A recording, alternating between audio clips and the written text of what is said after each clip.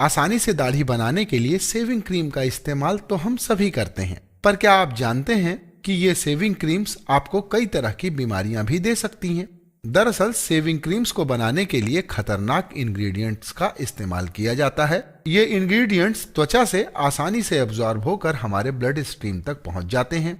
आजकल बाजार में मिलने वाली क्रीम्स तरह तरह की हाइप क्रिएट करती हैं। कुछ ब्रांड कहते हैं कि उनकी क्रीम में एलोवेरा, कुछ कहते हैं उनकी क्रीम में jojoba, tea tree oil, olive oil, vitamin E या कोकोनट ऑयल मिला हुआ है, पर वे इन हर्ब्स और ऑयल के नाम पर कई सारे खतरनाक इंग्रेडिएंट्स मिलाते हैं और उसके बारे में कोई बात नहीं करते। Bombay Shaving Company shaving cream, Gillette classic sensitive skin pre shave foam को, Gillette series moisturising shave gel और जिलेट के कई सारे अन्य ब्रांड्स के नाम पर क्रीम्स आती हैं। उन सभी को Dettol lather shaving cream, Old Spice shave cream, X Denim lather shaving cream, Nivea for men sensitive shaving gel, Park Avenue cool blue lather shaving cream, V Mate shaving cream, Uncle Tony shaving foam, Let's Shave foam, VI John shaving foam, Patanjali shaving cream और Vicco turmeric shaving cream को, इन सभी brands को बनाने के लिए कई सारे खतरनाक केमिकल्स का इस्तेमाल किया जाता है, जैसे सल्फेट। यह एक खतरनाक केमिकल कंपाउंड है और आमतौर पर यह इंग्रेडिएंट लिस्ट में सोडियम लॉरियल सल्फेट यानी SLS के नाम से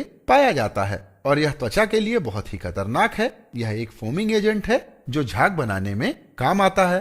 तो आप भी अपनी शेविंग क्रीम की इंग्रेडिएंट लिस्ट देखिए और पता कीजिए कि क्या उसमें SLS है या नहीं।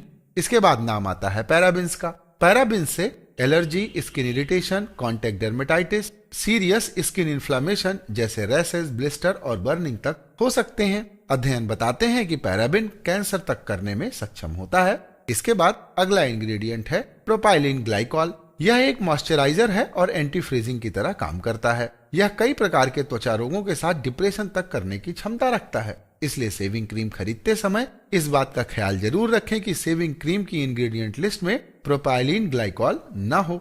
इसके बाद नाम आता है ट्राईएथेनॉल एमीन यानी TEA का। यह इमल्सिफायर की तरह काम करता है और शेविंग क्रीम में तेल और पानी को अलग होने से रोकता है। यह इतना खतरनाक है कि कई अध्ययनों में यह पाया गया है कि TEA कैंसर तक कर सकता है। इसके अलावा TEA कई तरह के हार्मोनल प्रॉब्लम्स के लिए भी जिम्मेदार है। तो अगर आप थायराइड या डायबिटीज के मरीज हैं तो आपको अपनी शेविंग क्रीम की इंग्रेडिएंट लिस्ट पर दोबारा नजर दौड़ानी चाहिए। इसके बाद सबसे खतरनाक इंग्रेडिएंट है परफ्यूम या फ्रेग्रेंसेस। हम कोई भी सौंदर्य प्रसाधन खरीदते समय सबसे पहले उसकी सुगंध पर ध्यान देते हैं और आमतौर पर यह सुगंध कई तरह के केमिकल से मिलने से बनती है। यह आर्टिफिशियल परफ्यूम त्वचा के लिए सबसे ज्यादा हानिकारक होते हैं। इनको बनाने के लिए लगभग 200 तरह के केमिकल्स का इस्तेमाल होता है और इन आर्टिफिशियल परफ्यूम्स को बनाने के लिए किन केमिकल का इस्तेमाल किया जाता है यह कोई भी कंपनी डिस्क्लोज नहीं करती। ये आर्टिफिशियल केमिकल इतने खतरनाक होते हैं कि ये कैंसर, थायराइड, PCOD, डायबिटीज और हृदय रोग जैसी बीमारियां हमें दे सकते हैं। दरअसल आर्टिफिशियल फ्रेग्रेंसेस काफी सस्ते में बनते हैं, इसलिए इनका धड़ल्ले से इस्तेमाल किया जाता है।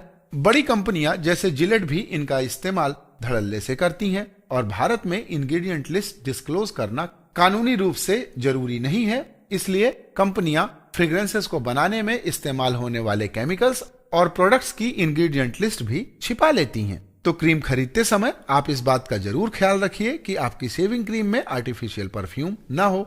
इसके बाद नाम आता है फोम का। आसान शेविंग के लिए फोम एक नॉर्मल सी बात है, पर क्या आप जानते हैं कि यह फोम दरअसल केमिकल बाय प्रोडक्ट या सर्फेक्टेंट होते हैं। ये केमिकल बाय प्रोडक्ट्स त्वचा के नेचुरल pH को भी बिगाड़ते हैं। इसके अलावा फोम को बनाने के लिए जिस केन का इस्तेमाल किया जाता है उसमें मिला होता है प्रोपाइलिन ग्लाइकॉल। यह त्वचा पर कई प्रकार के हानिकारक प्रभाव छोड़ता है, साथ ही यह डिप्रेशन के लिए भी जिम्मेदार है। अंत में हम बात करना चाहेंगे पतंजलि और वीको की शेविंग क्रीम्स के बारे में। इनको बनाने के लिए किन इंग्रेडिएंट्स का इस्तेमाल किया गया है यह पैक पर पूरी तरह साफ नहीं है। वीको की शेविंग क्रीम में कंपनी ने इंग्रेडिएंट लिस्ट पर सिर्फ टर्मरिक ही लिखकर छोड़ दिया है।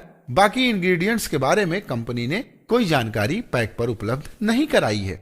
और वीडियो के अंत में डिस्क्लेमर यह है, मैं किसी संस्था, व्यक्ति या ब्रांड से जुड़ा हुआ नहीं हूं और इस वीडियो को बनाने के लिए मैंने पैक पर लिखी इंग्रेडिएंट लिस्ट का ही अध्ययन किया है।